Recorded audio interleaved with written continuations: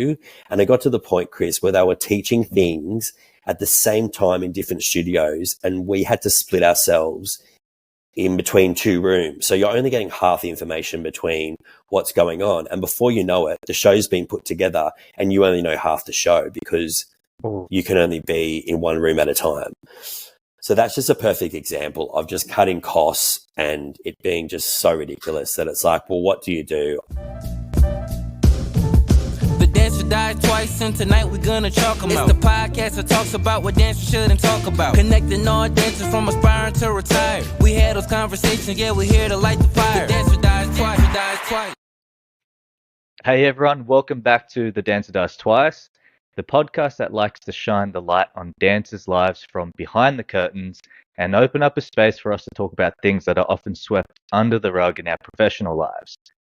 This next guest is nothing short of a superstar. We've shared the stage on numerous occasions, from X Factor to The Bodyguard, and you've probably seen him on TV shows like So You Think You Can Dance, and is someone who I consider of great value. I have a lot of respect for this person, so without further ado, I'm going to introduce Heath Keating. Mate, hello. Lucy, what an intro. Sorry, mate. I had to give you your flowers. And you know, I like to just sort of, you know, I guess think of things as we kind of go, like on the pod. And I think, you know, when I thought about you, Heath, I was like, mate, this guy's done. I don't even know what he hasn't done. You know what I mean? And I was like, I gotta just give you your flowers for that. No, actually, wait. How old are you actually now? Because I feel like you're only like a year or couple of years older than me, right? Yeah, I probably am, but I'm 37. So I know, but I always think that you're heaps younger because you are, but we're probably like, I don't know, 2 years apart now. Probably more actually. No, I think, yeah. Well, I'm 35, so yeah, this year. So yeah, that's literally right. 2 years. Yeah. Couple years. But in dancing terms, I feel like that's like old. Oh, yeah. That's really old. I know, right? But firstly, thank you for that intro was really sweet. So thank you. That means a lot. Nah, it's all good, mate. And look, I know you're really busy, and you know we've all got life happening. So I do really appreciate your time coming on board. You know, so No, thank you for asking me. I just have to apologize. Sorry to cut you off, but because I'm just recovering from this sickness. I sound like this. So I've got my tea ready to go. I've got a crack in my screen, so it's all happening. But anyway, we finally got it together, and I got my act together, and we're here. So I'm glad we could just do this, you know. So thanks for having me. Oh no, you're welcome. So I guess like Heath, I feel like we could just really get into it all. I kind of like to structure the show sometimes. Not sure like how you want to sort of go about this, but I feel pretty comfortable in just sort of like, I don't know, asking you from, I guess, you know, from anything that is like on your chest currently right now, you know, that you feel like you want to share at the moment when it comes to just being a professional dancer, mate, at this, I guess, stage of our career. Yeah, I mean, put me on the spot. Sorry, no, okay. No. Sorry, I'm like, no. No, it's fine. No, I'll be honest with you. Like, I mean, right now, I feel like, me personally, I would say I'm still in this industry. I'm still working as a dancer, but I've kind of taken a step back in terms of, just picking and choosing what I want to do, whether it's worth my time, energy, and money. And also, is that still my passion? And do I have the love for it like I used to? Because I don't want to keep walking onto not every job, but some jobs with, not that I'm, you know, bitter or angry or negative, but I want to be the best version of myself if I'm going to be there. So if that person is going to show up, I'll say yes. If not, I'm just saying no. So I guess I'm at that crossroad for myself personally. And whether that means I'm working a lot or whether it means I'm working not at all, I don't mind, because money comes and you find it any way you want. And so right now I'm really kind of sitting back and just, picking and choosing and see what comes my way and just going about it basically like that, to be honest. Yeah, I completely hear you out on everything that you've just said there.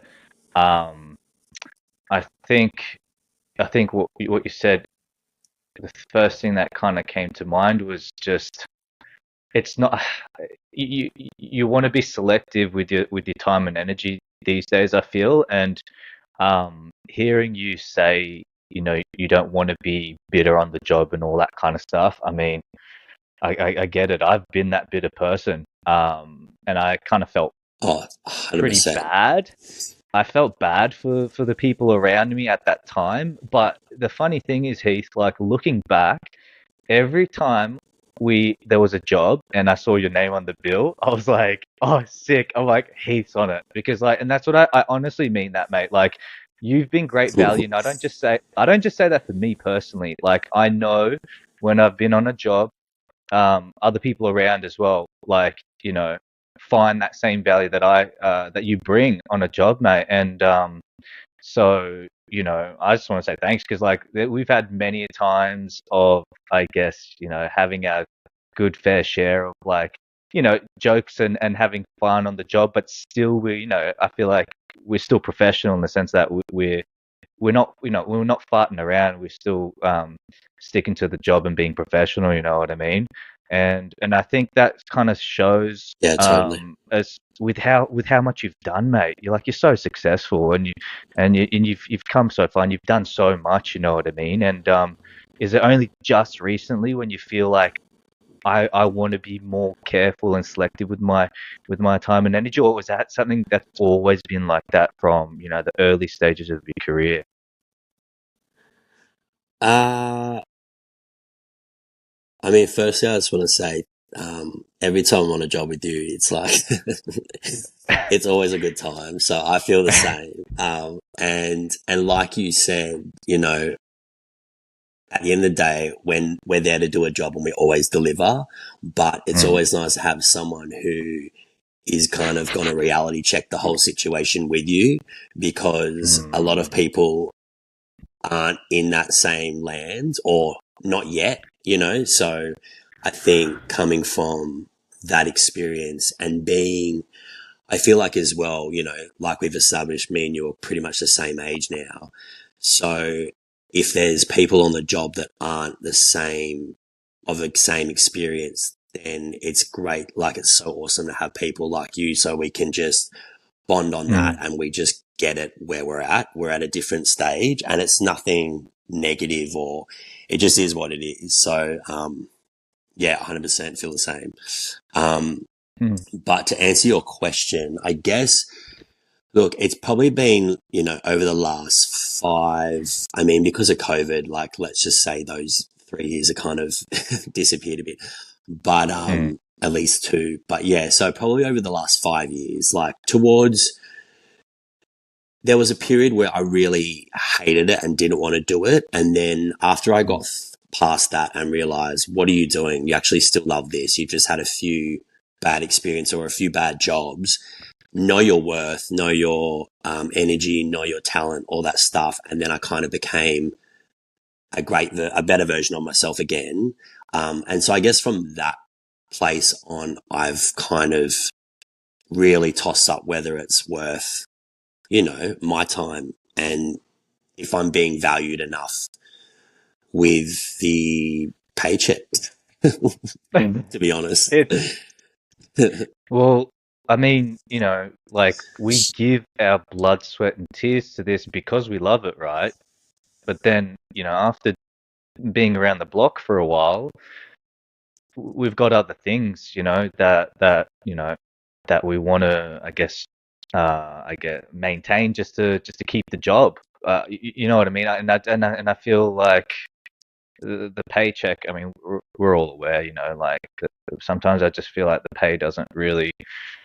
It just doesn't really match the job, and I've definitely found myself struggling to understand, how to, I guess how to know where I like lie, um, professionally with the job. I don't know if I'm really making much sense here, but even if there's more money, it's funny. It's a funny thing. Hey, it's like I can kind of justify why I'm there a little bit better. Um, But isn't that like with any job bar our industry for some reason? That money is not spoken about, money is not seen as value, and everyone's allowed to get away with either asking you to do shit for free or to not pay you enough. Why is that all of a sudden, not all of a sudden, but why is that a thing in our industry? It's ridiculous. It's crazy. yeah, And that's the problem, you know, like it's y- so, and I tiptoe around talking dollars still. And I'm like, why do I feel uncomfortable talking money when every other occupation and workplace talk about money like it's just money. It's trade. I don't know. it's you're right. You're right. There's no transparency, and we've been brought up in I think, and I can only speak for Australia because I think I think overseas might be a little bit different, but it's like we've been Sure. brought up Yeah. And into this I'm not space, aware either. but we've been brought up into this space where it's like, first and foremost, do not ever dare speak about your paycheck, and that I can kind of understand to a certain extent, right? However, I think there's a lack of transparency there, and I have I have really thought about this as to why it's like this, and I think, look, I think by the time you sort of figure out something isn't right, you're kind of already maybe, towards your late 20s. You know what I mean? And I remember when I noticed that something was off, I kind of looked to the older generation. And I went, Why didn't anyone do this kind of thing?" But then I sort of fell in the same Mm, trap of like just going, "Well, it is what it is," and I think it's the scarcity as well of yeah. jobs in Yeah. Australia. It's like, if it's so Yeah. scarce that it's like you got to be so forever grateful that you get this gig that comes around every so often. You know what I mean?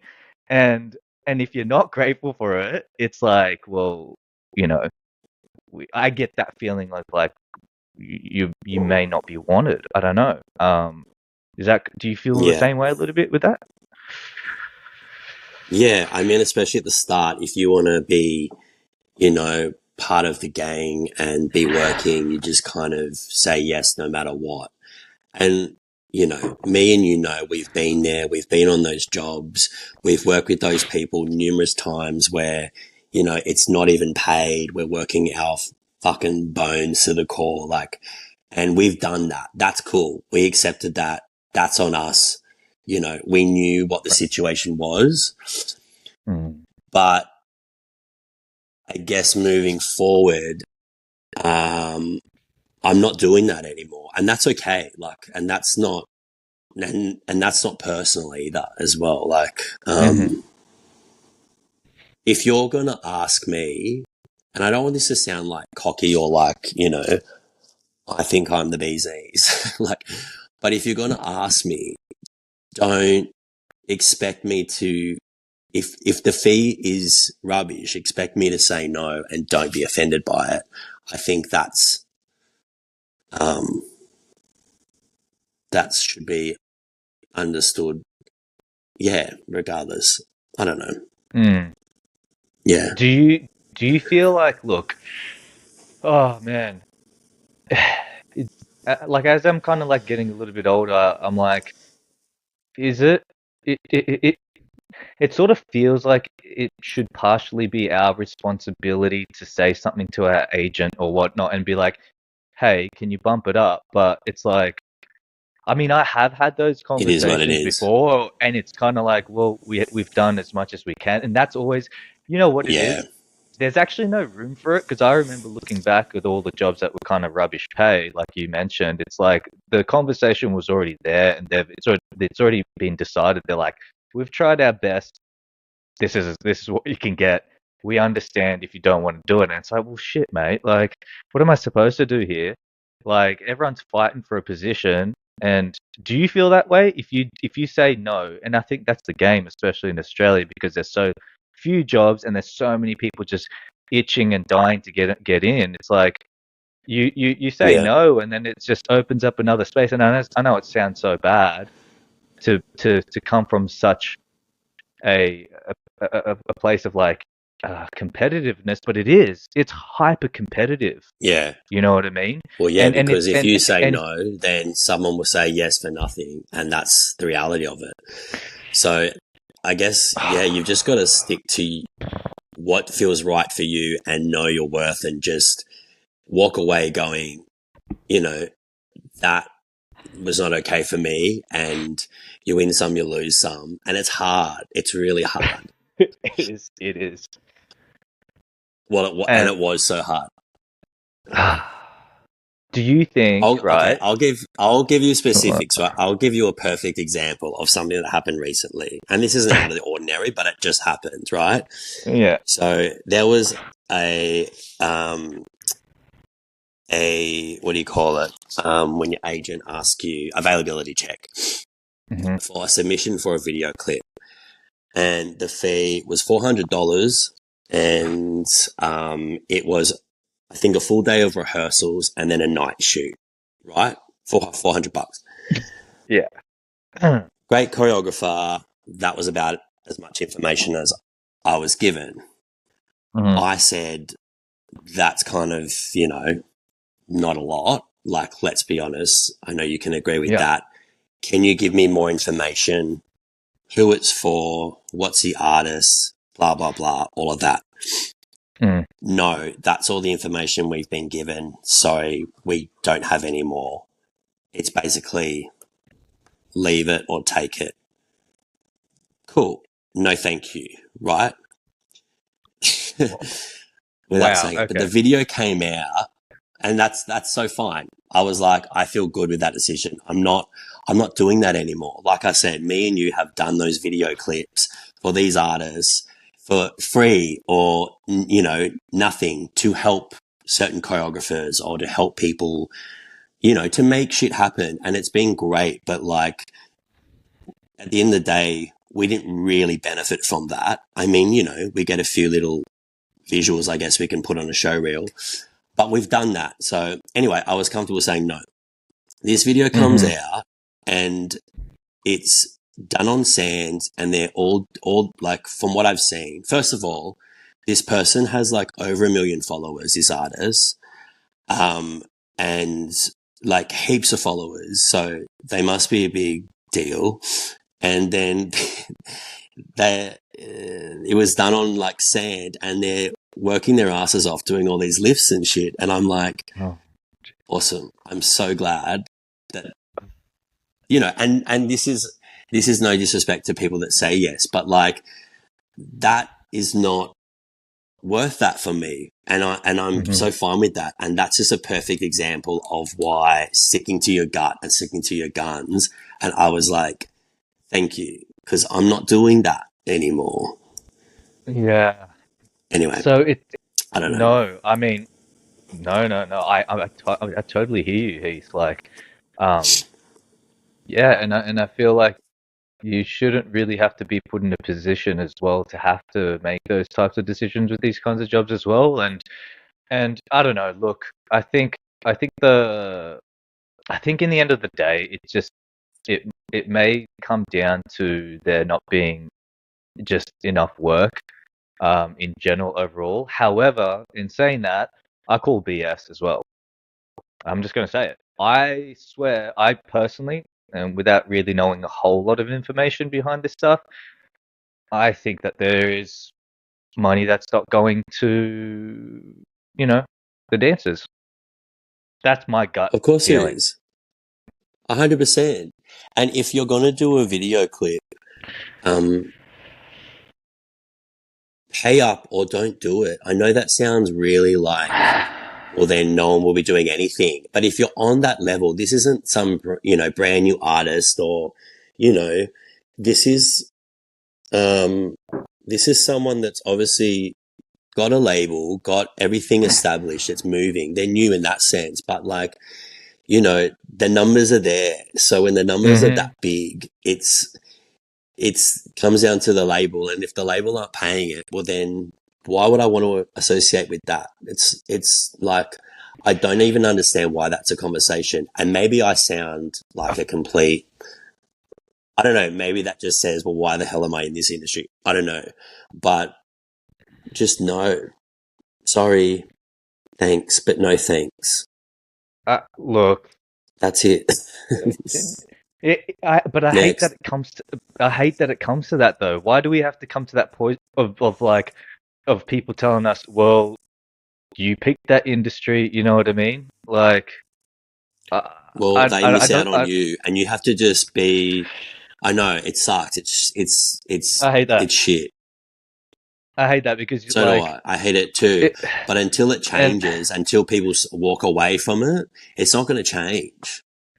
It's just the commercial industry, right? Like, I mean, I feel like that's why a lot of. Yeah. I mean, I don't know. I don't know if this is why you maybe merged to musical theatre. I feel like you genuinely do enjoy musical theatre, but for me, it was kind of like I was seeking something new.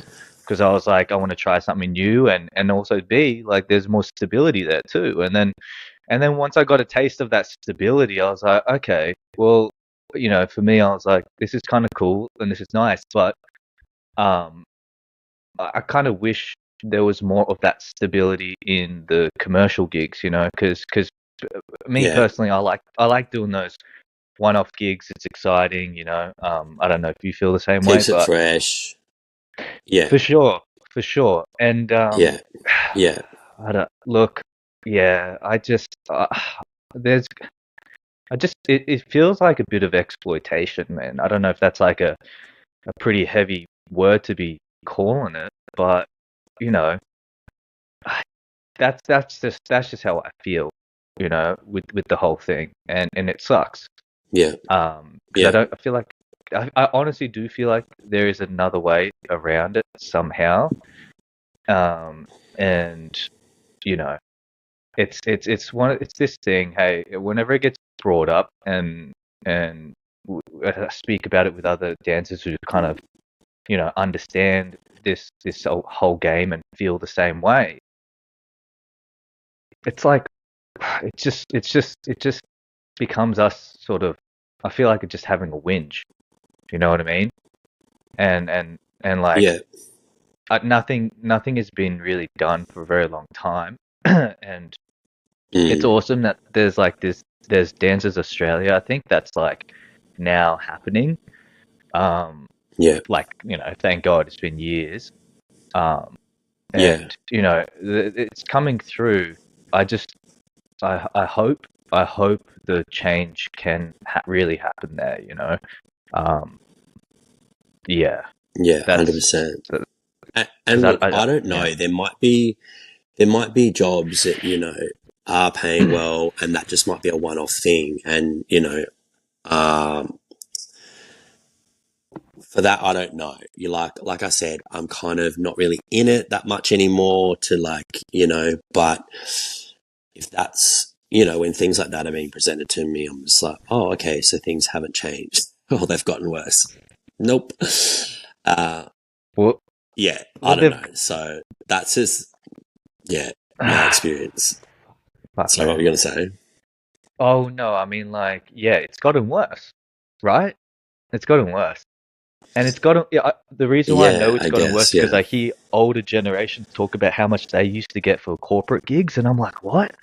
And this was like over a decade ago, longer. Like 20 years ago. Yeah. No, 20 years ago, they're like, oh, mate, corporate, you'd be getting like a minimum 1,000 or some shit. Sorry, I don't know. 100%. Yeah, I remember that was the go. Like, my first corporate was something like that, and I was still in full time. And I was like, oh, this money's nice. And I was like, okay, so this business is serious. Great. Neck minute, fucking Wait. Betty Bunhead or whatever down the road is cutting everyone's grass and putting on corporate gigs and events. And For of course, 300. that's where literally, and that's where it's going. Okay, can like someone just make sense of that, please? Because the math ain't mathin' right there. Like everything Nope. is going up, and then for some reason, like this is 20 years ago. Yeah. It should be like double that now, right? But no, it's gone the opposite No. direction. So that's Because why I'm people are calling. desperate and people Oh, want to be known. They want to be seen working and they just will do. Or do you know what it is actually? And this is where I get frustrated because I've been in this industry since 2002, right? Since I was 14. So, whatever. But I've seen a lot and I've seen what we were getting paid or what people were getting paid. And to now, I forgot what I was going to say. What were we talking about? just Sorry. My brain does that. What it comes down to is people coming into this industry who, have been dancing their whole life, but they haven't been working their whole life. And so they're so uneducated into what everything is worth and what the figures are that they had no idea. So they're walking in kind of blinded and right. just going, cool, here's a figure, and they'll throw that on the table. And then next minute, great, we'll do that. That figure's now set. Now that's set for everyone else. And it's not just corporates. It's a lot of other things too. Do you know? I'm kind of going into this other little area of pay, but I had this experience just recently because I left Jeep. Yeah. I think it's like 20 G's. It was right during the pandemic. I left Jeep, like just Yeah. I felt I kind of wanted to sort of like go on my own. But anyways, so I got approached for this one job, and they were asking me for the fee, right? As in like, what's my pay kind of thing. And I was like, okay, this is kind of different. And I didn't want to I kind of want to be respectful, so I kind of kept it in a figure that I felt that was, um, kind of respectful. I didn't put crazy numbers out there. I didn't like go underpay myself or anything like that. And then the next thing you know, they're like, okay, thanks. And they didn't get back to me. And I think they just sort of like picked my brain of like, okay, what's a good figure that we can sort of like set to start paying these dancers on this particular job. And I don't know, I felt kind of like a little bit used in that sense. I don't know, has that ever happened to you before where I people see what have you're come to you and be saying. like, and it was a really weird experience because I was like, oh, I didn't know how to feel about it, and I'm like, I should have set it higher if I knew that was going to be the case for other dancers, because I was like, I was Okay. sort of the first time me being approached like that, and again, like, yeah, everything in hindsight looking back, but has that ever happened with you when people have like? So they were using you as a kind of benchmark how to pitch the To get a figure quote or to the gauge. agencies. Yeah, totally. Yeah, because they were Okay. like, well, if he's saying for this price, then that means I can go to the agencies, and you know what I mean. They kind of got a bit of an idea, but I don't know, it was a weird space to And then navigate. they never used you for the actual gig. No, they didn't. It was all BS. Anyways, they were like, because I was interstate, so I was like, well, you're gonna have to pay for me for my flight to come down and all that sort of stuff. But so, anyways, they led me on thinking that they were going to hire me, but anywho, Sure. so Do you I don't think know. they I don't ended know. up using people who were cheaper, or they just used you to gauge as a figure? I think they used me as a gauge. I think originally they were Yeah. wanting to use me, but then I was like, well, I'm not gonna. You got to understand, I'm not flying because I've done that too, mate. Like I don't know if you've done that too, Heath, but I've done my whole. I used to fly down, pay out of my own pocket to come to these gigs, and I never asked to be paid for transport and all that kind of stuff ever. And I think at a certain point I was like, this is silly. Flights aren't that expensive these days either. It's like surely you can fork out just a little bit extra. Anyway, that's none of my business, but that's kind of where I feel like they potentially were like, nah, maybe it's too much. I don't know. I have no idea. Yeah, But yeah, I know what you're saying. it's definitely a space that was like new to me, and I don't know. Um, yeah, I think maybe if I was thinking about other people in that sense, I probably would have wanted to set the fee up higher. But anyways, but I think we Hard were not to. onto. I know, right? Because it's like it brings up a lot of emotions, and I think what you said, going back to the whole, the younger cats have no idea walking into the game of the standards, or of, like how you said, how it should be, or how it was, and they're just sort of Yeah, saying yes. And yeah, yeah, there's definitely a bit of a, just, I don't know. There, I would love, um I don't know, man. I just would love, like, if it was just a bit easier for us dancers. yeah.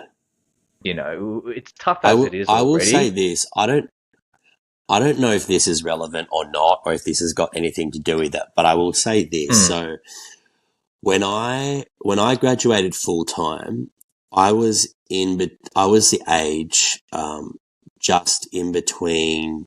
You had your generation before me, which was your Kate Wormolds, your Troy Phillips, your Ann and Ash mhm, from Squared, your Shannon mhm, Holtstaffel, Simon Lynn, blah blah blah, all of those guys, mhm, right? mhm, And then there was me in that next group, mhm, and which I guess you were a part of, Joel, Jesse, mhm. Sally, Kaylee, blah, blah, blah. Yeah. Um, and but then a lot of people, not so much those, I don't know. I just felt like there was this huge chunk of people that just stopped dancing or left the industry, or maybe they moved away or had kids and started a family and blah, blah, blah. I just felt Mhm, like all of a sudden there was no one around that was my age anymore, that was to fill that gap. And then all of a sudden there were these younger kids who now aren't young anymore. I mean, look, I still see you as younger, even though there's only 2 years, but I just felt like there was this huge hole, and I was just kind of there on my own waving about. And I was like, well, all of the oldies have left and I didn't fit in yeah. with them. And then all these youngies, like on X Factor and stuff, were Uh-huh. there, and I also didn't fit in with them. Mm, But I kind of did. And I don't know, I feel like maybe, and then I think what a big pattern started happening was that people would then go overseas, which is uh-huh. awesome because obviously that's where there's the work. But I think what happened is it left a big hole in especially that commercial side. And Mm, therefore everything kind of went out the window, and, shit fees were set. And things kind of started, they weren't as stable or as solid as they used to be. That's how I feel anyway. I don't know. It yeah, could have, you gotcha. know, Yeah, no, that makes do you know what I sense. mean? Yeah, no, yeah, I getcha. So there was that little gap that happened, but there's obviously another gap that's sort of happened really recent too, right? More recently, Yeah, as in like I guess. after, yeah. So, hmm, yeah, it's like, what can you do? It's. I remember people saying, well, you go to equity or something like that, to MEAA, to the union, but I don't know, Yeah. man. I feel like once you start doing that type of stuff, people don't want to work with you, man. You know, Yeah. that kind of I kind of get that gist. But people just sort of like, nah, this person's a bit too much to sort of deal with. You know, would rather not would rather not deal with them. And I'm kind of just going to segue a little bit more into I guess another area of just another area of the industry where it's like I feel like it can be a little bit tricky to navigate is like sometimes when you the lines are very blurred and you don't know, you know, where you sort of stand. And I think I've caught myself trying to confide in people that I realize I shouldn't have, or like I'm very open and you know, if I feel like, you know, something's on my mind or on my chest, I kind of like I sort of like say it um just expressingly, you know what I mean? And I've definitely found myself like opening up with, you know, people who are superiors to me on particular jobs. They might have been choreographers or boss, Yeah. because I was sort of like it was sort of let out for me to be safe to open up, right? And Yeah. then I quickly realized, oh, I shouldn't have said that. It was almost, I don't want to say a trap, but um Yeah.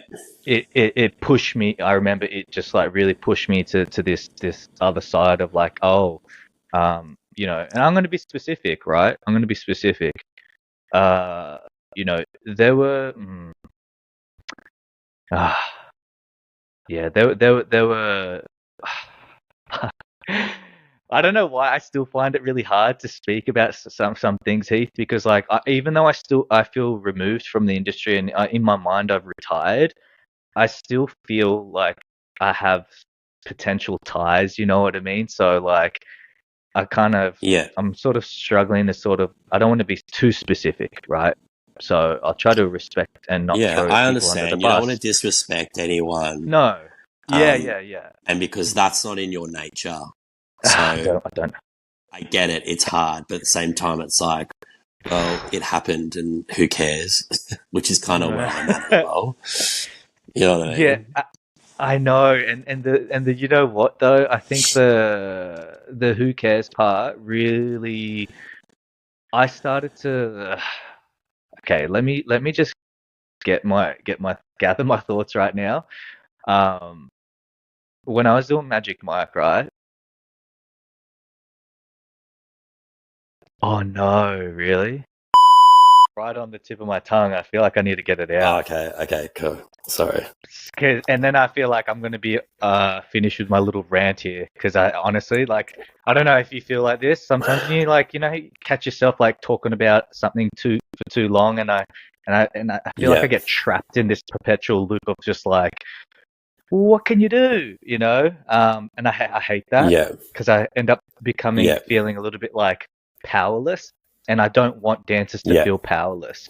I want for us to be able to shine light into this bloody space that, you know, doesn't get spoken about because of all these reasons that we spoke about today, because we're afraid to, right?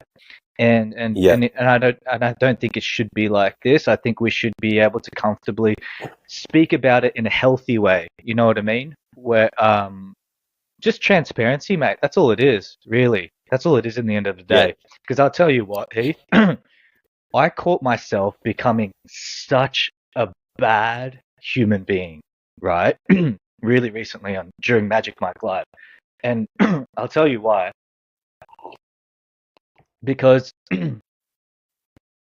that job, we ended up getting paid a paycheck that was like, you know, we had never seen on a job before. And even the agents were like, wow, like, you know, this is a That's right. solid I remember paycheck. hearing something like And that, that it was like crazy. it was good. It was great. And obviously then I didn't notice how much of this whole thing is business, and I think it's easy to forget that in the end of the day that this is business, you know what I mean?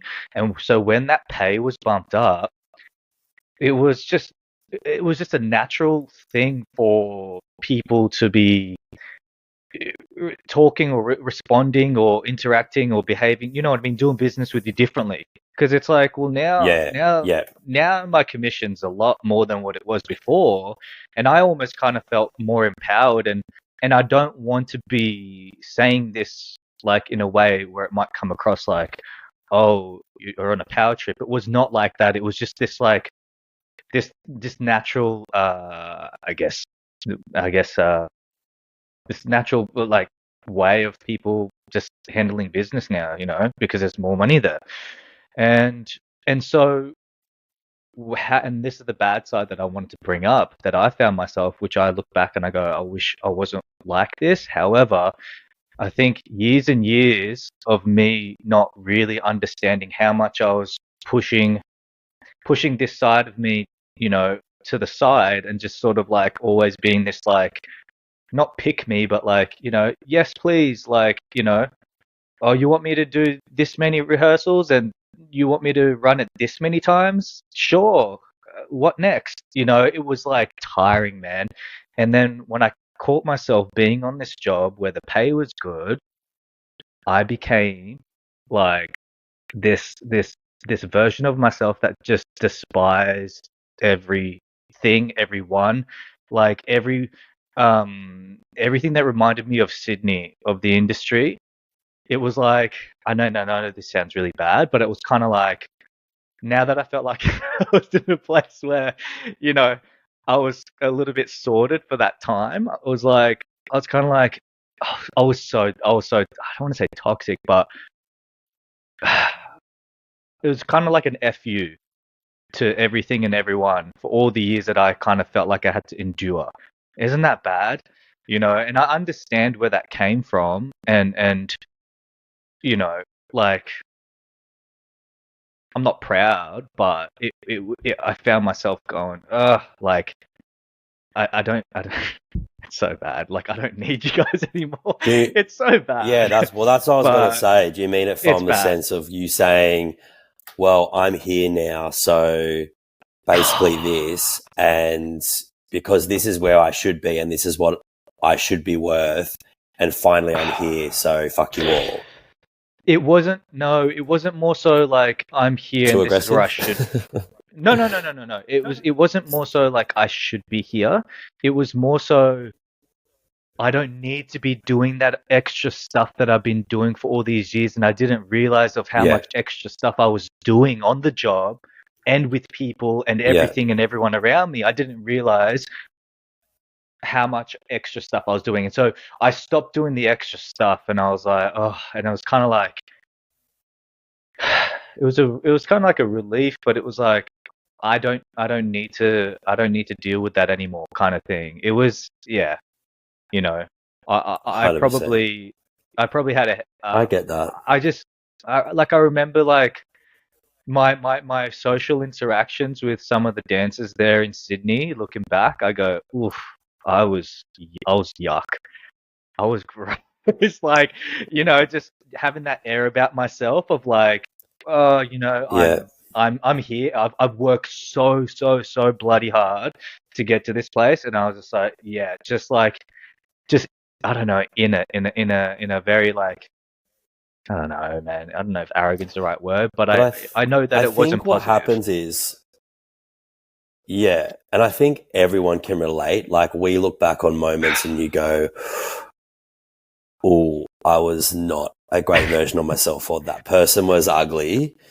And I think we all go through that. Like, I don't think there's ever a time where everyone's just perfectly beautiful and sane and confident, and, you know, I think intentions are different. Your intentions are always to be nice and kind, but it may not come off that way with certain people, or what you say, what comes out of your mouth. And I'm one for this. I don't have a filter sometimes on my poor communication, therefore results in the effect of something that I actually wasn't intending or meaning.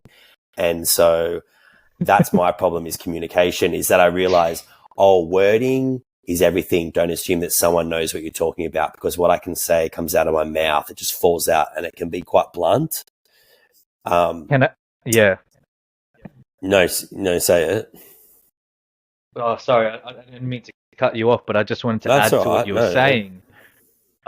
You've Yeah. been blunt on jobs, and I actually appreciate that so much. And I think other people do as well, but maybe you might feel as if like, oh, I'm being too harsh, but like you're like that voice of Right. not, I want to say voice of reason, but everyone's sometimes too scared to sort of like say something, but you're just kind of like direct like that, Mm. and actually, it actually makes it a lot better. Makes it so much better. Yeah, that's Okay. Yeah. that's how I feel like, I recall. well, yeah. Well, that's good. But I think there's times where it may not have been.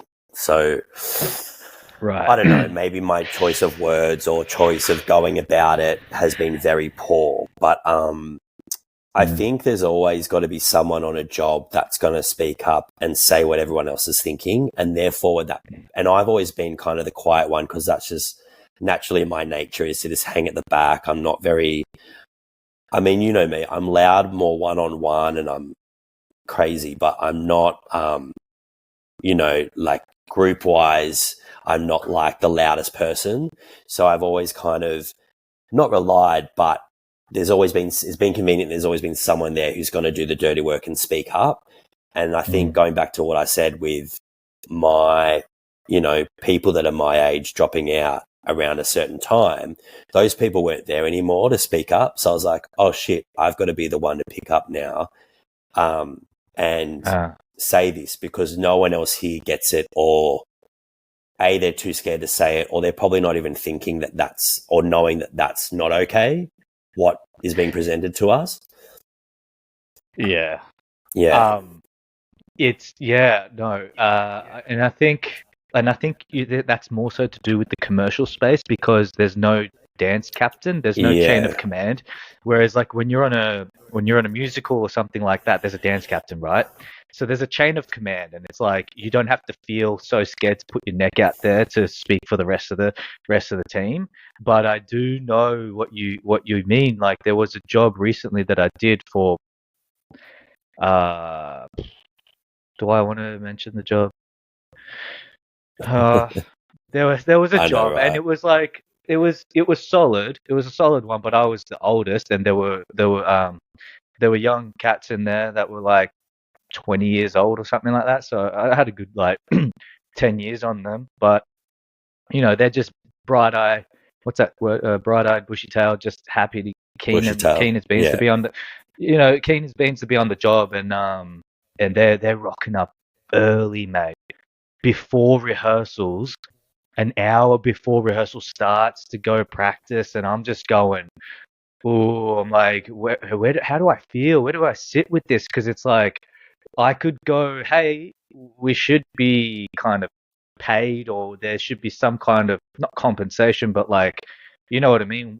We're here 9 hours a day, and then you're expecting us to come in early.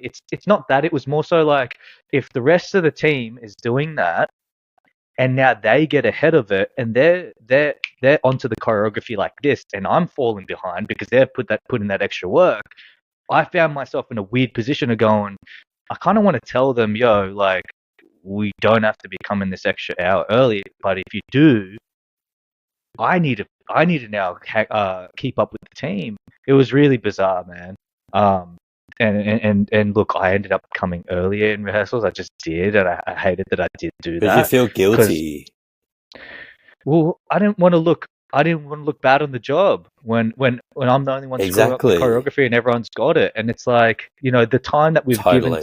given us, the 9 hours that we have on rehearsals per day is the time that we're supposed to be rehearsing. And, okay, cool. You go home and you might practice some things in your own time, but when you're coming as a team again, and like there's only six of us, and five of them or four of them are all rocking up early. It's like I wanted to say something to these younger kids, and it was difficult. And sorry, just I'm remembering this job again, and I was actually talking to Pat QO, right, and he sort of really kind of brought a bit of I guess light to this whole commercial gig thing. Was that you're there almost to be a part of this creation of what the choreographer has done, or whoever it is on the job. And I didn't realize how much the respect was needed in order to do a good job that you have for these choreographers. I don't know if you feel that same way, but looking back, I've Yeah. always done a good job when I've respected the job, when I've respected the people who I'm working for, all that kind of stuff. And when I was on this job, mate, Heath, this choreographer threw us under the bus in front of the artist, and I looked at him and I was like, whoa, because the artist was now looking at us, going, "What are you guys doing? You guys look, terrible." They didn't say it in that way, but like we're all looking at each other, going, "We just doing what we got told for what the choreographer said us to do," and they've turned around to us, like turned our back to us, and she was like, "Yeah, guys," kind of thing, and I was like, "Whoa." I was like, to make themselves look better in front of the artist, and I went, "I've got no respect for you right now," and that was day one of rehearsals, and I was like, afterwards, I was conflicted, but when No, Pat said that, I'm not going when back from Pat that. when Pat said that, though, I was like, oh, that makes so much sense why I felt so conflicted on that job, because it was like every hard work that I did, it was making her look better. And I shouldn't say her, but it was making them look better. And, You already said her and that, anyway. whatever, yeah. But that respect Who wasn't there. cares? It wasn't reciprocated, you know what I mean? And they've thrown me under the bus. And I was like, oh, I get it. That's why I was so feeling this particular way on that job, and I couldn't deliver, but maybe part of it has to do with me sort of being in denial of my old age, Heatho. I don't know if you can maybe relate with that, but my body ain't moving the way that it used to be, and I keep thinking it can. I'm trying to keep up with these young cats, and I'm just How like, very dare you? I know. Oh God. I mean, look, if that call time is 9 a.m., you're lucky if I'm there 5 minutes before that. And I shouldn't say that, but at this point, you'll just be grateful that I've arrived, and yeah. Oh, no, I shouldn't say that. It's first of all, it's super annoying when everyone's there. Like, I mean, an hour's ridiculous. No, thank you. I need oh. to get up and have my coffee and just wake up before I start work. If I'm doing what did you say, a 9-hour day? Absolutely not. Mhm. And that's what's frustrating, is that if everyone's working more than they're getting paid, and if you're not doing that, then like you said, you look like the slack one. And also, I've learnt in my time that a rehearsal is called a rehearsal for a reason. So when you arrive the next day, it doesn't have to be perfect. And if it's not perfect, then they will use that time accordingly to then go through what needs to be sorted and worked on. If everyone has gone through it already a million times and it is perfect, then the choreographer is going to move as quickly as majority of the room. And therefore you are working harder than you're getting paid, because the majority of the room has already got it because they've put in the extra hours. And it's not about lack of care. It's just about paying for your time. That's it. And so that's where I get frustrated too. Mate, you couldn't have said it any more clearer. Are people aware Yeah. of that? Are people aware of that? People, okay. I think it comes from dance school, and like if you've just come fresh from, a school or full time or whatever, that's been drilled into them, because you know how Yeah. like, your Abby Lees and all these teachers and stuff, they create this world that if you want to be a professional on Broadway, if you want to do this or you want to do that, you've got to arrive at least an hour before that call time and this and that. Like, they plant all these seeds, and it's like, cool. Like, that's if but it's not like the reality of the situation is not that. And I think everyone just wants to do their best and be on their best, foot and blah, blah, blah, and suck ass and all of that stuff just to get ahead and look great. So I find it, obviously, it's more when you're working with younger people, which is more times than not now, because being, 37, I'm not going to be one of the young kids anymore. A majority of the room is going to be that age, unfortunately. So what do you do? But yeah, no, I get there when I get there, and not saying be late, but just if I need that morning and I need that time to arrive in that room, I'm going to take that time and I'm going to walk in not feeling ashamed of that and putting my head down and own it. And therefore, that's that. Do you want me to give you a perfect example of something that happened recently? So I was dance captain on a musical last year, right? They, actually, I don't care. It was Joseph and the Amazing Technicolor Dreamcoat, right? Mm-hmm. That's not important, but anyway, whatever. They, I just don't care. No, it gives context. Yeah, I mean, look, we can probably edit that out. I don't know. But basically, two things: that there was kids in the show and there were adults in the show, right?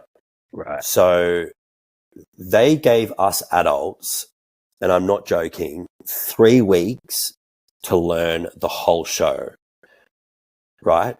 I was called in with the adults on that first day of the 3 weeks. The kids, however, had been rehearsing for 3 weeks prior to that 3 weeks. So they had 6 weeks in total. I was dance captain and I was not contracted to start until the 3 weeks with the adults. However, my assistant dance captain was brought in 3 weeks prior to work with the kids. Why? So they didn't have to pay me as well as her. Therefore, I'm walking in already on the back foot, not knowing a single thing that these kids have done yet. I'm supposed to be the boss when everyone leaves and I'm supposed to take charge. So not only do I have 3 weeks work that I haven't caught up on, I'm then walking into 3 weeks, which should be at least 4. I mean, 6 weeks would be great to learn a show that I know nothing about or know lyrics and stuff like that. And so that was a perfect example of going, well, do you know what? Like, I can only do what you're paying me for and you get what you pay for. If you want me to learn this show in the time that you've given me, I can only do what I can do. And it got to the point, Chris, where they were teaching things at the same time in different studios and we had to split ourselves in between 2 rooms. So you're only getting half the information between what's going on. And before you know it, the show's been put together and you only know half the show because you can only be in 1 room at a time. So that's just a perfect example of just cutting costs and it being just so ridiculous that it's like, well, what do you do? I can't, like I said, I'm getting there when I'm getting there and I can only do and also I'm the kind of person that if I go home at night, my brain will stop working by a certain time. Like I can try and rehearse and go over stuff as much as I want, but I'm not going to retain anything. So I need to rest. Anyway, that was just like a ridiculous circumstance that I don't know why that happened and how that's allowed to happen, but it happened recently and it was so insane. It was so unsafe. It was so ridiculous. And it just puts me in an awful position too. So therefore the start of that contract, I'm then in a position of not having power because I don't know what's going on with half the cast, because I wasn't there. And anyway, I can, just, I can, what's the word I'm looking for? I reciprocate. I hear you and I feel like I understand that feeling, of, because in the end of the day, you're the one that looks bad. You know what I mean? Exactly. And I hate that. And, yeah, it sounds like it's just purely just came down to just trying to cut costs. And like Heath, I remember you've worked was it swing, your swing on bodyguard, and I remember you were like all on top of it, like with the notes and knowing everyone's tracks. And I remember thinking, geez, mate, I'm just it's a lot for me to just remember my own track. So like I'm aware that you have that experience and you're very well capable of doing the job right. But yeah, being thrown into something in the middle and then it's just not managed properly, and then you kind of going, what am I supposed to do here? It's infuriating, it's frustrating, it's painful, and yeah, like did you say something, or did the dance captain, sorry, the dance assistant, did they have to step up, or like how did it end up getting sorted in the end? Did you just have to find yourself doing extra hours, or was it just like kind of like just, I don't know. It was what it was, of what you could do. It was what it was. I brought it to everyone's attention saying, this is so unfair on me. Like, it got to the point where we were doing tech and, we'd open the show even. And I was just like, this is insane. I've got all of these swing tracks that I have to learn that I could be thrown on at any minute. Yet I still don't know what the kids are doing or this and that. Like, the ins and outs are so integral to my position. And yet I'm supposed to then conduct, rehearsals or texts and stuff. And it's just like, it's so insane. Like, it was just so ridiculous. Was that? And you're already on the job. Like, the times happen. You can't go back into the room. And I will say this as well. We had 2 music sessions to learn a whole show, and then that was it. You should know it by now, right? Joseph, the whole show is sung. There is no script. So we had to learn a whole 90-minute show with no interval in 2 singing sessions. Once again, ridiculous. I didn't know the show vocally. I didn't grow up on it. So, and what happened was, a lot of these kids, similar to what you were saying, they grew up with this show. They were like, fans from the get-go. They knew this show back to front. They'd done a version at least once in their life, whatever. So these kids, and they were kids now I'm referring to the adult cast because they were kids themselves. They were so young and fresh out of school. And we also had actual children. But the adults were so young, I'm referring to them as kids because they were, and most of them, it was their first show. They all knew the show like the back of their hands, and I didn't. So like you were, it made me look like I hadn't done my work or my homework, when really I had never done a musical and had 2 music sessions to learn a whole show and expected to know it. It was so ridiculous. And then we had to go in and record, your backings and all that stuff on track. And it was just embarrassing. But it was like, I can't learn this any faster than what you've, the circumstances that you've given me. It was just so unfair. Right. And it damaged the whole experience. And you're just, the whole show from the get-go is just starting on a bad foot, and you can't really, you can't really get back from that, unfortunately. And anyway, and then we closed early, but whatever. It was a mess. It was an absolute mess. It was a hot mess. So basically, yeah. Did the agents or anything like that know about the circumstances, or it's like what can you do, right? You're already there, they can't. Yeah. You can't do anything, really. Like, there's nothing you can do. They've got you in a corner, and you just have to suck it up and do your best. And by doing your best is doing your job. But it's like, it's hard because you're the one that has to wear your face, 100%. And your next job is on the line as well, and it sucks. It is really shitty. And look, I don't know if I think you've been with me on jobs where I mean, that sounds like it's a management whole side of things.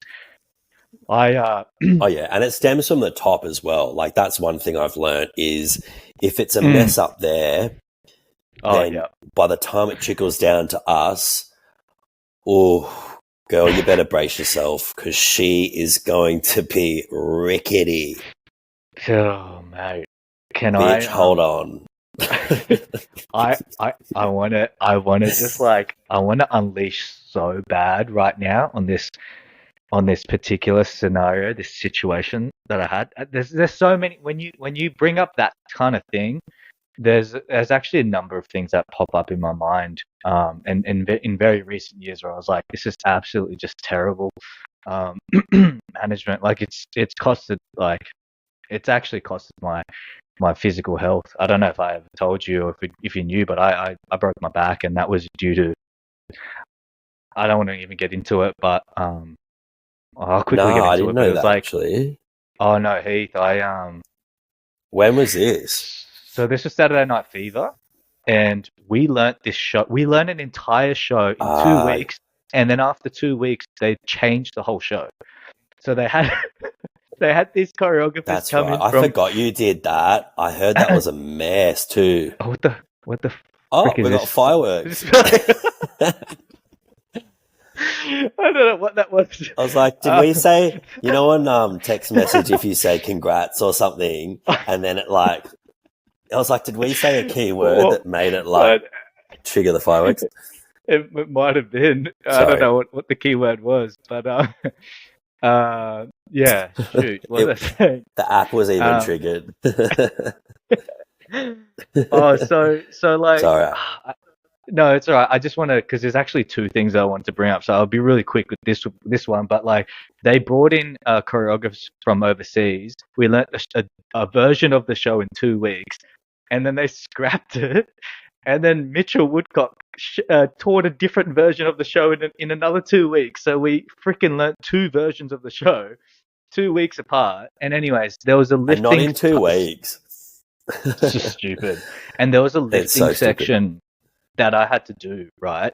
And like, I think doing lifts on a gig, on a one-off gig, is so different from having to do a lift constantly on a musical where you're doing 8 shows a week, right? And I didn't really understand how much I was incorrectly lifting. However, there was this one particular lift that made me super nervous because I didn't know how to do it properly. And the choreographer was literally just like, I was like, can you teach me how to do it? And literally it was like this. Here's the video on YouTube, just learn it. And I'm going, what? Like, what do you mean? Like, I don't know how they're gripping. Like, it's really hard to see. Like, the picture was this big on the screen. And I'm like, what the heck, man? Anyway, surely enough, that was a lift, Heath. And I tore my L4, L5 disc.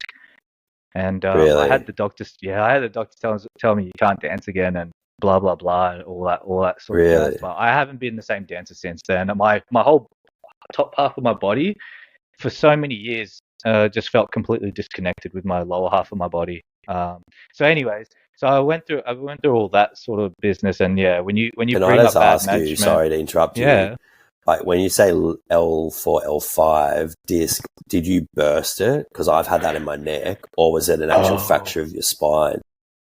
No. I tore the disc, but it didn't burst.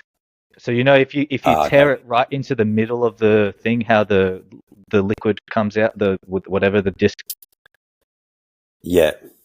blows out. Well, yeah, it didn't. It was like torn. You could see in the X-rays, the MRIs.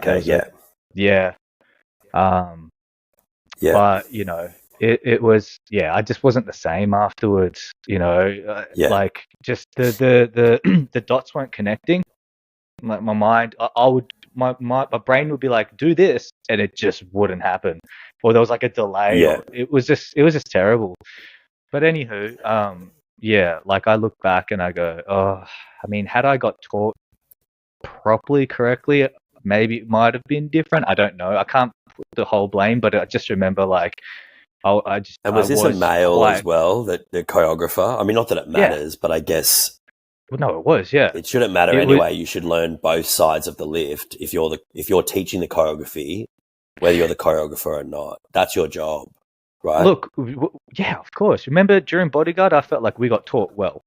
We got taught the lifts well, and we practiced it well. This was like a over the head popping those kinds of lifts, and I've done them in the past before. But again, when you're doing it that many times, I was like, I need to know how to do it properly. Yeah, instead of just winging it on a corporate or whatever, and. Yeah, exactly. So as we do. So I was quite unhappy about that whole scenario. But the thing that I really wanted to sort of like weigh in on and share with you, Heath, though, is just like, have you ever experienced other cast members or people on the job sabotaging you or trying to purposely take you down like another cast dancer before? Have you ever experienced that before? Because I had experienced it on a whole nother level, and it was just like, yeah, just the biggest snake I've ever experienced in the industry. Just it was bad. It was so bad that there were multiple people speaking out against this person. And to cut a long Right. story short, this person Yeah, threw me yeah. under Tell the me. bus to management, and this was during COVID times. So we were doing the COVID version of the show where you weren't supposed to like interact and touch guests. And anyways, this person's gone and dobbed on me because, you know, I said to him that I wanted to get, an audience member's number. And so he took that and was like, "You're breaking the rule of getting close to this audience." But the funny thing is, I actually didn't get their number anyways. But the point is that that person went to management, dobbed on me, and then I was living with them at the time. I was living with them, right? They called me up and they go, "Hey, by the way, management's going to call you because they called me about something that's happened. I'm just giving you the heads up because someone's dobbed on you." And they said that, you were breaking COVID rules and shit. And the funny thing, and this person, right? Uh, I can, they befriended me in this period of my time on that job where I felt so isolated, Heath, like because it affected me so much, right? So when I walked into management, they were like, "So by the way, Chris, we've caught word that you've done this," and I was like, "Well, for starters, it actually never happened, right?" Yeah. And then they're like, "Oh, it doesn't matter. You had the intention to do it, so we're gonna put a strike on your name." I think I got was it a strike? Is that what you get on jobs on A warning. a warning? I Normally got a it's three warning, right? warnings. Yeah, I got three a, I warnings, got and a, I then got a formal warning, and then they were like, "But yeah, don't worry, this is all hush hush, right? Nobody knows about this." And I went, "That's BS." I was like, I had a cast member call me up about this already, and they all looked at each other going, "No, that didn't happen." And I'm like, "What the hell are you talking about?" I'm like, "That happened. I knew this was going to happen." So now you guys are lying to me. I felt so isolated, Heath, and I thought I could trust my cast members. And I honestly, the next day, yeah, I walked into the rehearsal room, into the dressing room, and I said, "Hey guys," I'm like, "if anyone like moving forward," I just said, "if you guys have any kind of issue," I said, "with me personally," I said, "please come to me. Let's talk it through. Let's hash it out. Let's try not to make it as bigger than what it is, because someone's gone to management, and I'm in a bit of a position now, and I'd really appreciate for that not to happen." And I'm like, I'm open to discussing it and sorting this out with anyone like moving forward. You know what I mean? yeah, And it yeah. was kind of like, okay, cool. And then I felt so alone, Heath. Nobody stepped forward and was like, "Oh yeah, it was me, by the way. I'm really sorry," or like, no one. And I just was like, I didn't feel like I couldn't trust management on the job. I felt like I couldn't trust any of my castmates on the job, and I was so paranoid. I was like, I was on stage just thinking in my head, who the heck was it?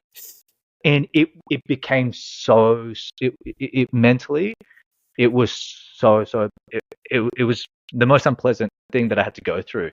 And in the Totally. very end, when this whole show got blown over, I was catching up with a conversation with someone who was dating management. They're like, "Oh, by the way, it was this guy," and I had no idea who it was up until that moment. I thought it was like other people in the cast.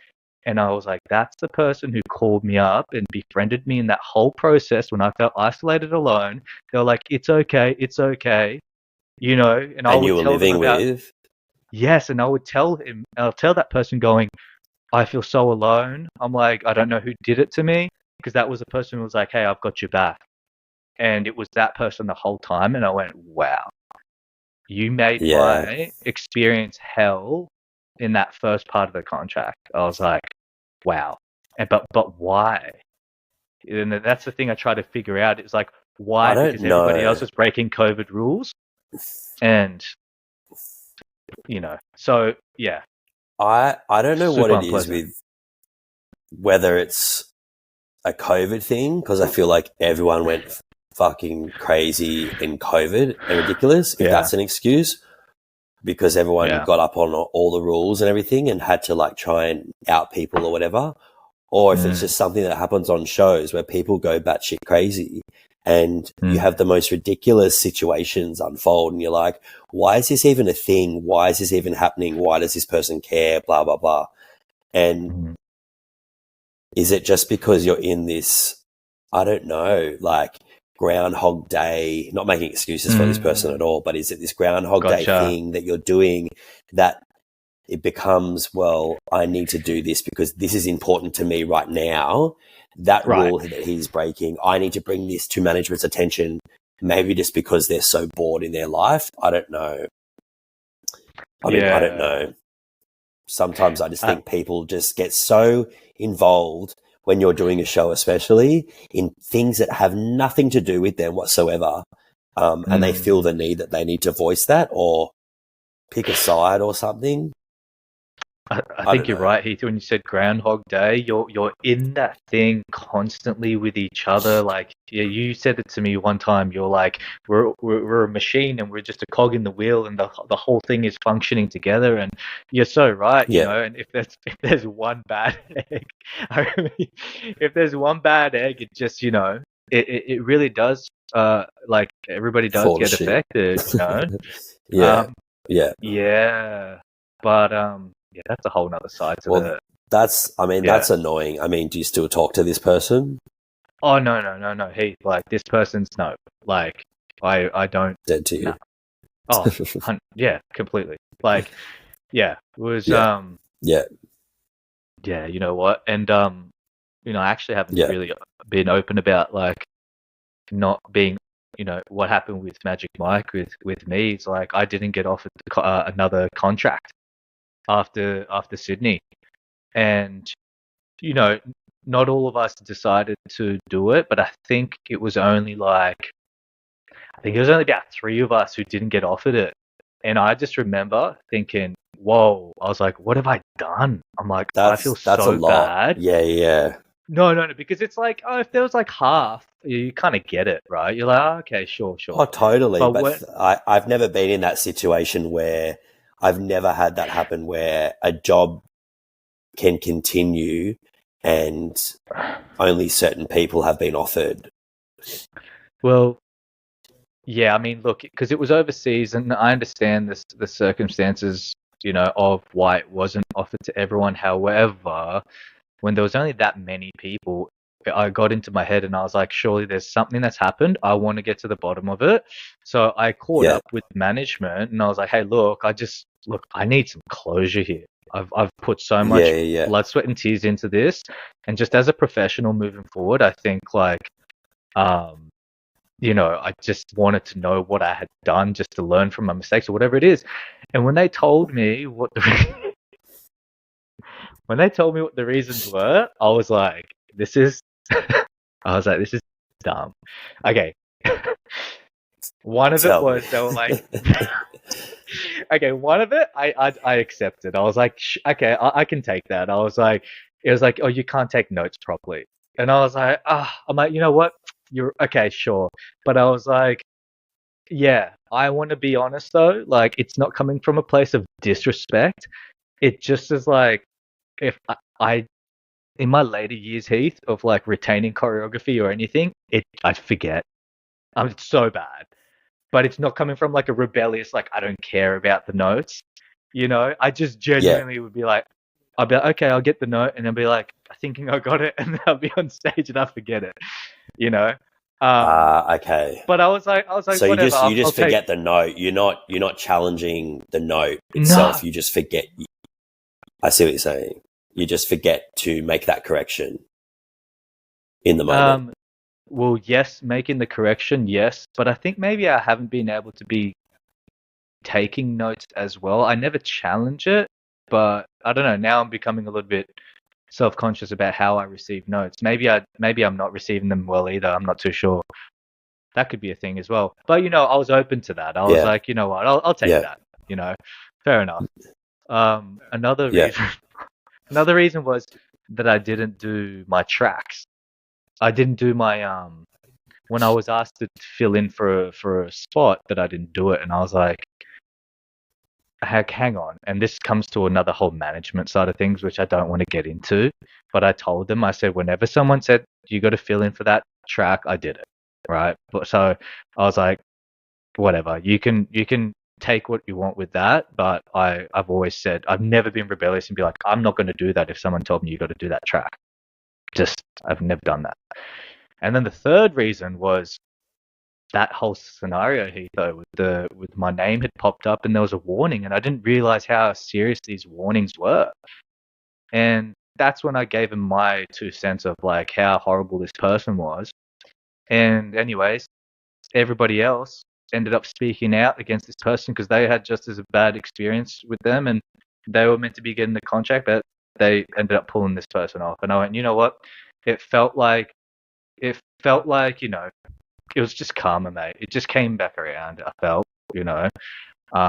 and Yeah. I had a bad taste after all of that, and I was like, I don't know if I really want to be doing this, but it was a huge bruise to the ego.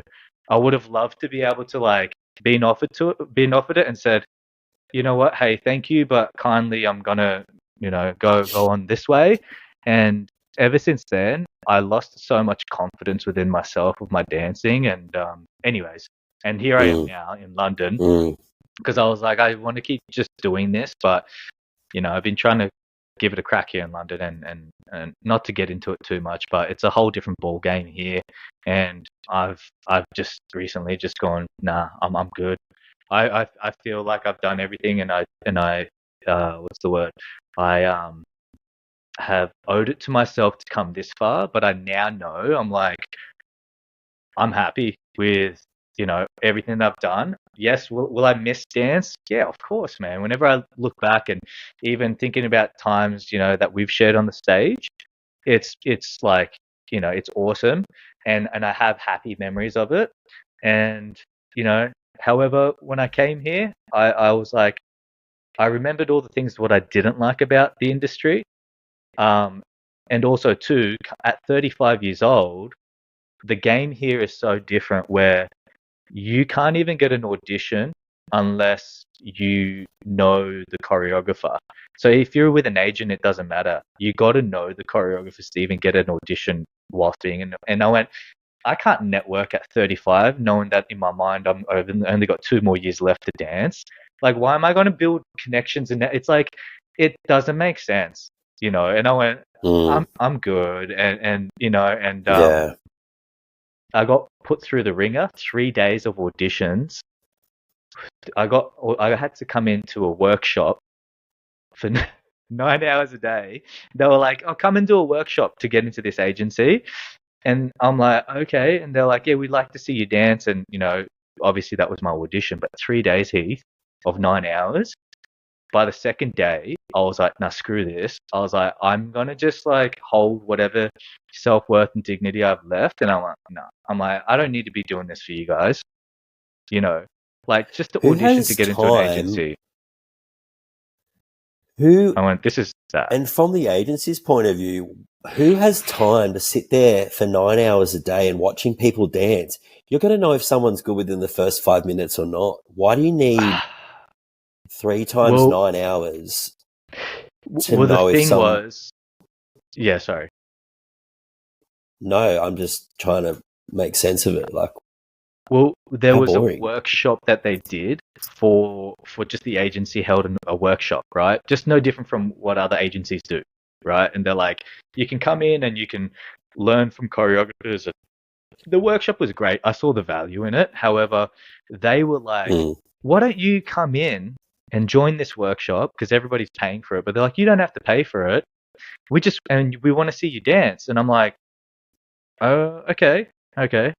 And then I was getting mixed signals where they were like, saying, oh, you can come in for the 3 days, but then they're like, you can come in for the 1 day, and I'm going like, oh, I feel like I'm kind of being tested here a little bit. I'm like, whatever, I'm just going to try to take this as training anyways and come in for the 3 days. And so But also we went. not tests at 35 as well. Like, That's what I mean. you know what I mean? Not even for a job, for an agency. Like, a job's different. At least you know at the end of the thing there's going to be work. But even then, on a job, mate, do you ever audition for 9 hours? Like, so like No. I mean, the agent wasn't there. They would come in at the end of the day and watch you, but for 9 hours, Heath, I'm freaking beat. Like, rehearsing over and over again these routines. I'm going to be a piece of shit. Exactly. And then they're going to see the worst of me. That's what they saw. And I was like, this is humiliating. Yeah. I was like, no. And day 2, I saw Erica Stubbs in there as well. And I was like, yeah, no, I'm good. I'm out of here. I'm like, I was like, I don't like this side of this whole game. And nah. Yeah. And, no thanks. Yeah, so it was quite a lot, and I was quite pissed off. On 100%. And for me, like, that's the problem, is that for some reason, obviously not every industry, but particularly ours, at any age, you constantly have to prove yourself and prove why you should be there. What's your worth? You can do this and do that. Your CV sometimes speaks nothing. And it's, I understand that, we need to see, people need to see physical in the room, all of that stuff. But it's just like, it's as for your soul as a person to be constantly like questioned, and you are questioned. It's like, why are we doing this? Like, it's just not nice. No one wants to feel like that. After how many years of doing it, no one is ever going to walk away. Like, having to prove yourself constantly is exhausting and boring. Yeah, I guess that's what happens when you move overseas, but not for 9 days. 9 hours. Like, no thanks. Yeah. It was. Look at my showroom doll. Yeah, and anyway, and they were like, it just didn't. That's what I thought would be. I mean, look, there was one agency that said yes, but anyways, I don't really want to get into it too much of how it all works here. But you're right. It's like this never-ending sort of like this auditioning process. And look, I probably am sounding a little bit old and a bit bitter. I don't care. There's a lot of aspects to me that I feel bitter about certain things, and and that is one of it. Is that there is this constant like this need to sort of prove yourself all the time to say that, hey, I am good enough. And it fucking it hurts, mate. It hurts when you've been doing it for so long, but then you get put through the ringer just like anybody else who's day one on the job, and it's kind of like I get it. Like this I hate saying that saying all the time. It is what it is, but look, it's like everybody works differently, and this is what I kind of gotten to understand as I got older, and I had done so many jobs.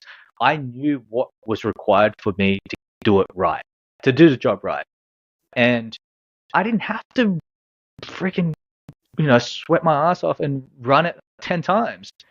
Like, I knew my body. I was like, I've got my own process and way of doing it. And I try to be transparent as possible with some choreographers on the job and be like, hey, can you just tell me when you need me to do it properly? Because I'm like, otherwise I get burnt out. I'm not 20 years old anymore where I could just so much energy I can bounce back and forth. I'm like, I need to know when you want me to have it right and get it right. It's unnecessary. To say a smart choreographer, Yeah, like a smart choreographer or person knows that you don't need to do it 20 million times, and you're not going to get the best out of your artist by doing that. So trust your people. Like, you've hired these people. So if you don't trust them, then don't hire me, or hire other people, or I don't know. Just you know what? Hire some soldiers. That's how I feel. exactly. Yeah, exactly. Hire soldiers, because I know if I turned it around, you wouldn't do it this many times. Or if you were me in your career, you would turn around and be like, this is ridiculous. Go fuck yourself. So all of a sudden, now you're on the other side, and now you're demanding all this. It's crazy. Look, Yes. if I was a soldier, correct. okay, and there's a drill sergeant, I get it. Over and over again, just clinical, right? You see all those soldiers overseas and North Korea, and they're like, that's what we're being trained to do, man, is become one of those things. And no, this is art. Like, dancing is not that. But we're trained to be that and do that on a flipping job. And it is, that's just sometimes that's what that they want, you know? Is it impressive? Yeah, it's impressive when you watch those North Korean soldiers and they're all like, it is impressive, but it's like, do I feel something? No, I don't feel anything. Exactly. And like, now that we're speaking of this, I will say that as soon as I felt that the work became clinical and robotic is when I can tell you now that's exactly when my soul left, and I hated what I was doing. And there was a period there, which you were a part of as well, and it still is, it's a little bit freer now, where every job that we would do was just robot city, and it was just repetitive, and there was no life whatsoever in it. And I was like, no wonder why I'm not good at this, because I hate it. And this isn't what I grew up doing. This isn't what I signed up loving. It's not being a robot. And that's when I think, and that's when dance, I think, changed as a whole, in style terms, particularly in Australia. I felt like everything was robotic. And that's when I just wasn't interested anymore. It wasn't fun. That's not fun for me. That's mathematical, and I'm not that person. And yeah, you know, and when you my look brain at the doesn't bigger work picture, like that. Yeah, no, I don't think any of our brains are supposed to, especially when you're doing something that you're so passionate about, like a craft like dancing. Okay, it's not meant to be expressed in that way, but we get used in that way. And when you look at it, when you look at the bigger picture and you zoom out, you go, "Oh, I'm just a piece of background. We're just a piece of background to this picture, and it's beautiful. Like, the whole picture's nice and beautiful, but we have been." It's not about program you. now. No, and it's never been about us, and that's all okay. However, it's like, you're just a little, like, you're a set. You're a moving set. Yeah. Is what you are. You're a moving set. And then the icing on the cake is when you've done all that clinical robotic work. And then they go, and here's your costume, and I'm going to put this over your head. And then you're awesome. So I've done all this work. I'm not enjoying the choreography or the whole mood of this thing. There's no passion or anything, a life in it. And now you're going to cover my face. So I'm not even going to get the recognition for all the hours that I've put in to be here. And say, oh, that's me, robot on the right. Like, it's almost taking away you as a person and your identity. And that's when I was like, this isn't about me. I can't, no, I don't respond to that. And no thanks. Yeah, I get that. I get the whole, it is soul crushing. And, I am reminded too, as well, though, that like this is, and this has been difficult for me to sort of like grasp, is that this is someone's vision. This is someone's creation as well. And I think there's a line between how I think like there's nothing wrong with creating something like that. However, I think it's the delivery, or not the delivery, but it's like the processing getting there is what is, for me anyways, was soul crushing. Because it's like, for instance, when I did Masked Singer, it's like, well, I knew that I was going to be putting this thing on, but it was knowing that it was like it was great, it was really fun, and I had a blast doing it. But I think because the process was so like it was more freeing, there was more trust.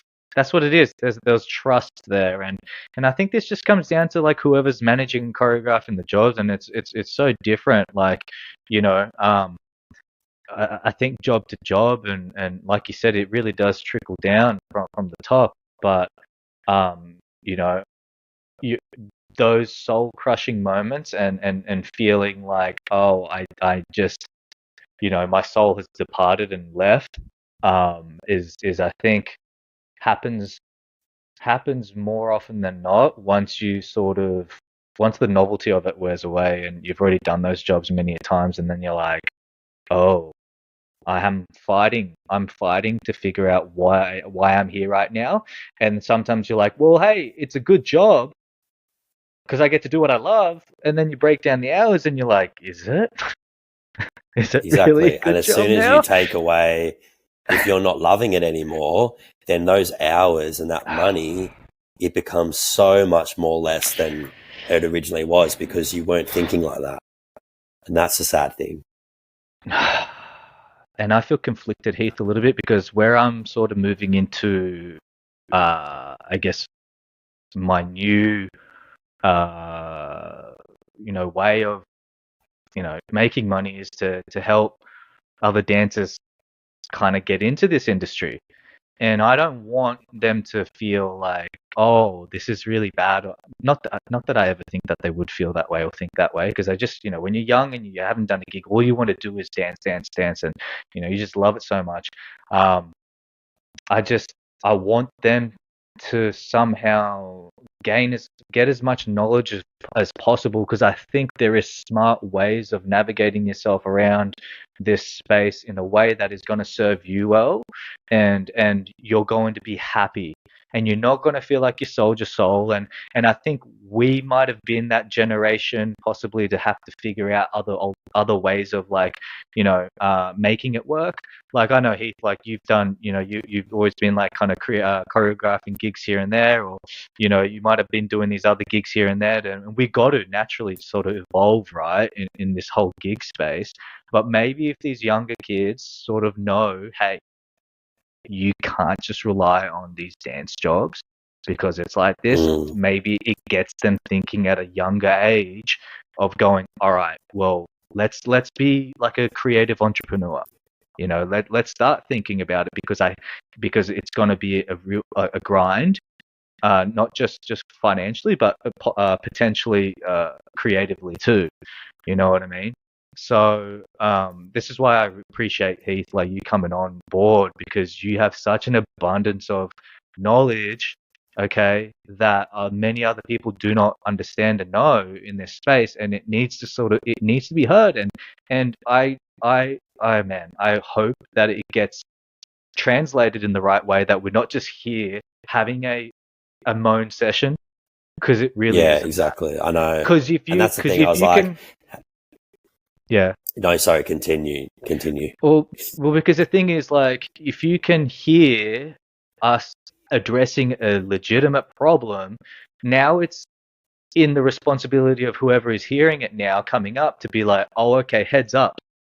By the way, heads up, it's like this, and it kind of like, all right, you can take that and be empowered and make the right decisions or whatever it is. At least the awareness makes a huge difference. It's not a curveball. Like I woke up one day rocking up to the job and I looked around and went, hey, I've been here for a while now and I'm on the same paycheck. Nothing's changed. And that person's just been here like today. And what's going on? Something's not adding up. Right. I had to find out. No one told me. So, Yeah. But, Yeah. Exactly. Each to their own of how they receive what it is that we're sharing today, and I guess exactly, kind of, I think we're kind of talk more so towards this sort of like end of the segment, Heatho, is like a space and an area that I guess like to ask the guest, like if there is kind of some words of wisdom, mate, like that you feel, you would like to. It doesn't have to be something like, something that you want to share with this new generation or anything like that. It could be a message to your younger self, honestly. Like, you know, with kind of like looking back, I know we've been really heavily focused on sort of like the sides of the industry that are, a little bit ugly, Yeah. but Sorry, I'm just maybe gonna wipe my nose. no, you're right. Maybe we do need to sort of end it on a bit more of like a positive, lighter note, because Oh, totally. Yeah. I think it's important. You know what I mean? We're Because just it's like we're just sitting here bashing this industry, saying this job was shit. This is this blah blah blah rubbish. Because it's like a message to your younger self. You're like, don't do it. No, no. It's so not like that. It really isn't. I would never change a thing. Look, I absolutely love everything that I've done. Yeah, to an extent. Sorry, I just caught myself sounding like JoJo Siwa. She's like, that was just me. Sorry, inside joke.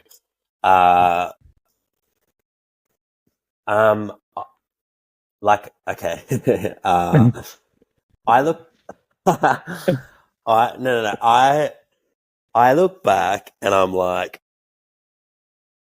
I am very appreciative and blessed of the places that I've worked, the people that I've worked with, the jobs that I've done. And I know now that I'm so fortunate that I've had those experiences and those jobs. And at the time, I've got this way of thinking that like something's always better, and it's a bad way of thinking because I feel like I'm never completely, I don't want to say never, but a lot of the times I'm not, whatever it is, I feel like, oh, it's great, but it's not this, or it's great and it's not that. Like I'm always thinking of things why it could be better, or this was my plan B, or I'm only doing this job because I didn't get that job, or stuff like that. Not always, but I have a probably a very warped way of thinking sometimes. But I'm like, do you know what? I'm so glad I didn't get that job. And then I ended up on that contract. And then that contract happened because that contract is one of the happiest times of my life that I look back on. And I met the most amazing people that are still my friends to this day. And you can't say that for a lot of jobs, I feel. And so for me, it's all about the connections that I've made on the way.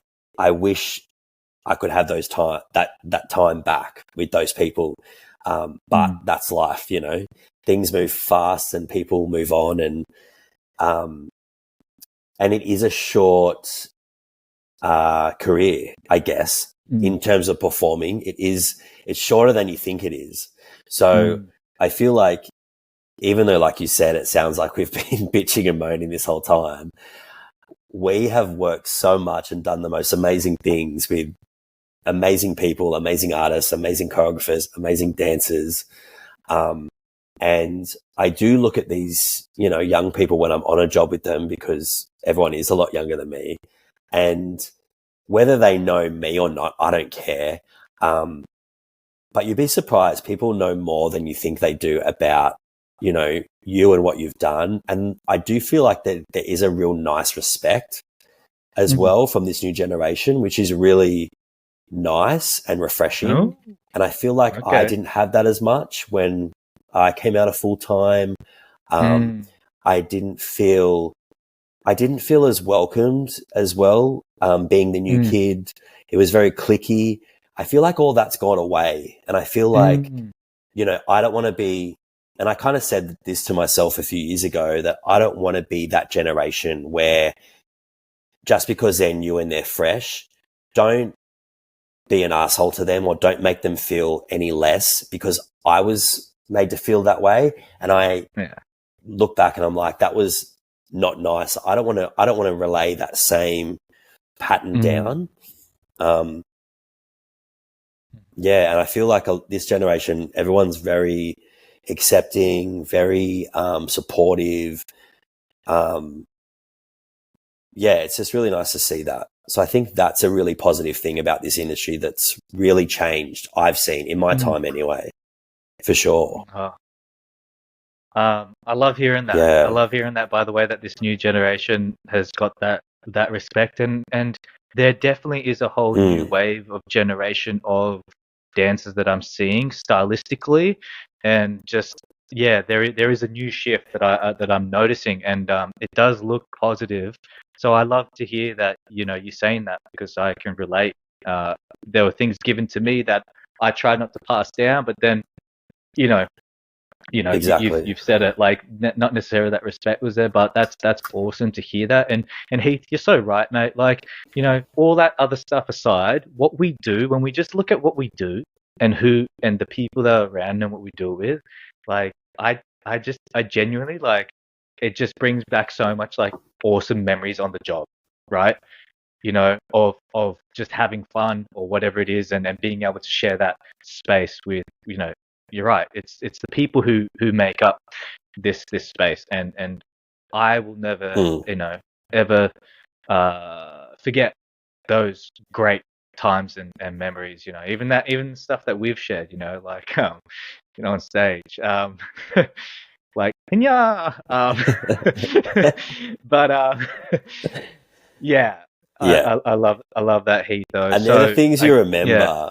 You do remember the people. Yeah, you remember, performing and stuff like that, but you don't really remember the show. I don't know. You remember the people that you've interacted with and you met along the way, and those connections. And I guess that's the best part to take away from it all, is that we do work with so many people, consistently. We're always on a new job with new people. It's never just the same bunch of people. And that's, I guess, a really cool thing. Like, that we're lucky that we've got to experience so many different types of people from, all different talents and walks of life. Like, it's pretty awesome. Yeah, I agree. I'm going to miss it. I'm not going to lie. I don't know how you feel about it. And I know you're still in the space, and well, yeah, I mean, kind of. Like, I'm actually, like, I don't want to. It's all still very maybe not, but I'm kind of moving into a new direction of something else to study. But there's no way that I'm going to be kept completely away from it. I just feel like when it's in your blood, and if you can still do it, then why not? And if it's fun and stress free, then yeah. I'll try and do as much performing as I can until the day I die, I reckon, like, on my terms.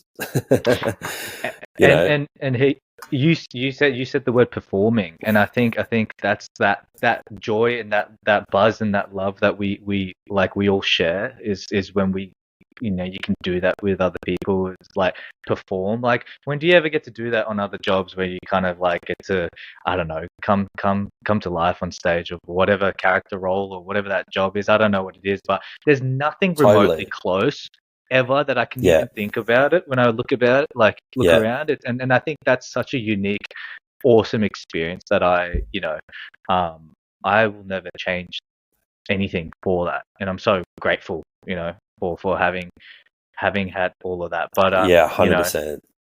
There is a time that comes, and that's why I've called this podcast like The Dancer Dies Twice. Is I went through a kind of bit of a death of of an identity of who am I when I'm not gigging, who am I when I'm not dancing, and finding this other deeper layer of who I am, has helped me kind of move on and happily try to transfer this experience and knowledge into these other things and areas of my life. And I think that's something that we all will like forever take on, after we quote unquote retire, whatever that is. But who knows, mate? You and I, we could be on a gig when we're like, 60, 80, 70 years old, and they're like, oh, hey, by the way, it's like, do you want to do this gig?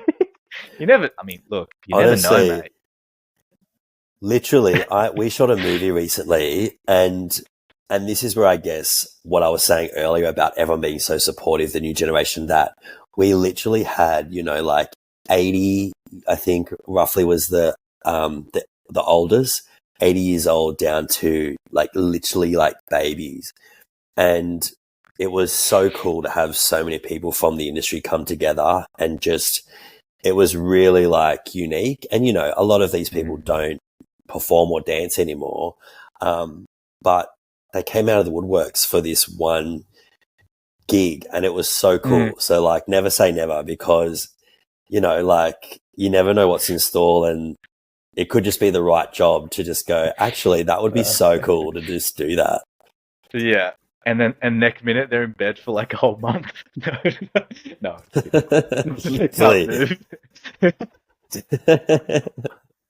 That was really fun. No. Totally. But that'll be us. Yeah. I mean, hey, yeah, I think never say never, hey. And that's definitely helped me, at least, make the transition for myself easier anyways, is like, yeah, is just like, exactly. never just And do you know what? put an end to it. Nothing is forever. Totally.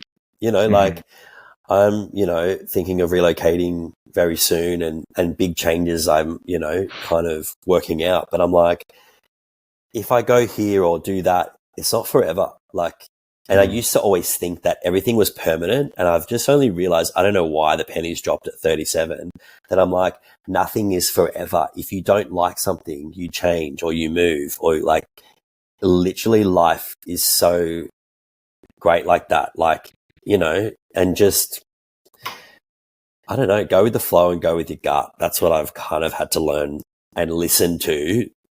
It's taken me a long time, but just follow the yeses. What the yeses are, if they're taking you there, go with the yeses. If the no's are knowing, then just, you know, that's a sign or a path that's opening up for you to take, instead of sitting here, which is what I've kind of been doing in the stillness, and just being like, if it's not going a certain way that you had thought, yet something else is opening up and you're like, oh, I don't know, because I'm an R and everything.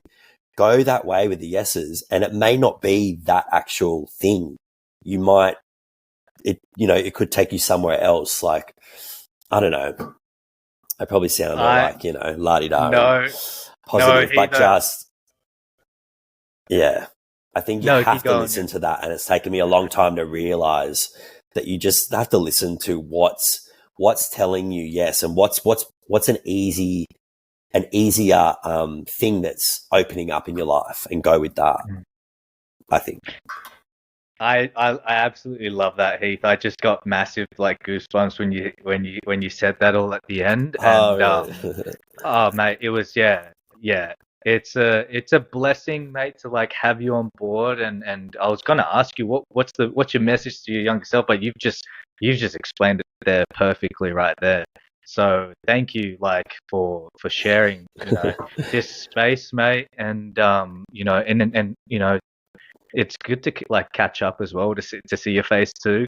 This is my like social time these days to like catch up with people. Oh, 100%. And I have like 8,000 things I want to ask you, which I'll ask you another time, because we've been on here for 46 hours. For sure. But yeah, because I remember the last time I saw you, I'll be really quick, was literally you just come off stage for Kelly Rowland at Mardi Gras, and I passed you in the street. Remember that? And then I haven't seen you since, which was Pride last year. Yeah, well, Pride.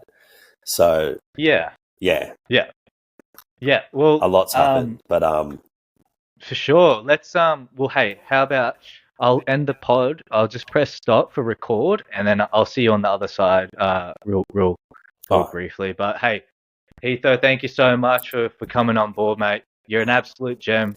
Thank you, and I'll see you soon. Honestly, thanks, Chrissy. Thanks for having me. Like, yeah.